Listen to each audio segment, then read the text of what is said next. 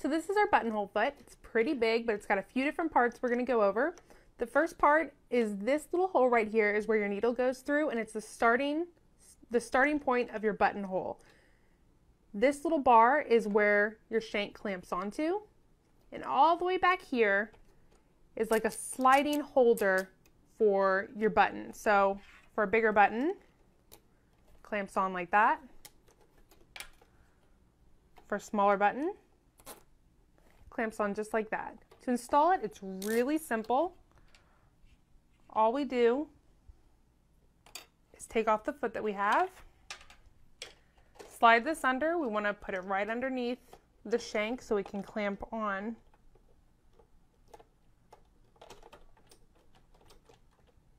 Really easily. And then an important step here is once you have your button in, so once it's in there, you want to bring down this little lever and match it up with the little white square right here. And that's going to let your foot know how big the buttonhole needs to be.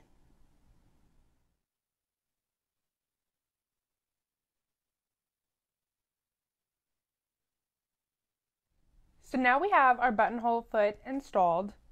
We can start sewing. However, just a few tips. If you're getting new to using a buttonhole foot, try to mark where you're going to have your button be. So like if this were a shirt, this would be the center of my buttonhole, and this would be the start, and all the way back here would be the back. So just something to keep in mind. Also, a little tip, I know that it's helpful for some people to use a stabilizer underneath their fabric to help the buttonhole stay a little bit more secure. So it's just up to you, whatever you want to do. But all we do is we're going to put the pressure foot down. We're going to pull down our little lever. And all we do is press go, and the foot will do the whole thing for us.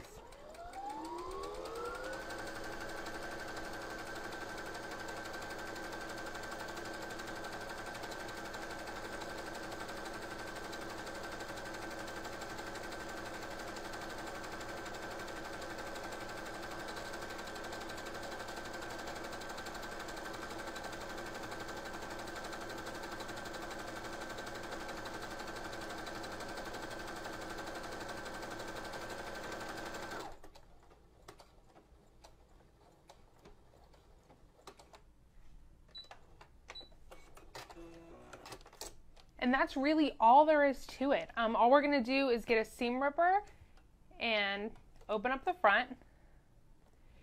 The material is going to fray a little bit. If you have some stabilizer, it'll prevent that a little bit more. If you have some fusible stabilizer.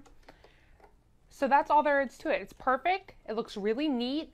Also, if you're making a buttonhole, it doesn't always have to be for buttons. You could thread like ribbon through here.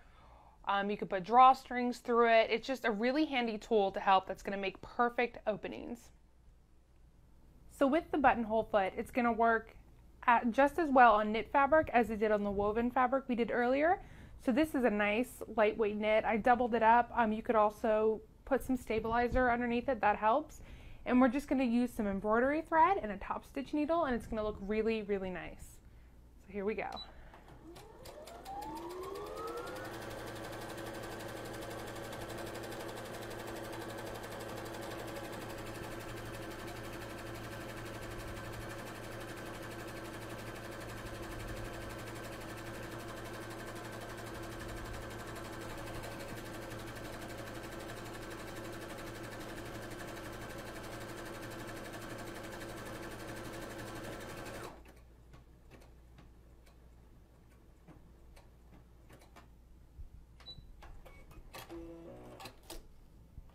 So as we can see here, it's a nice, clean and neat, beautiful buttonhole.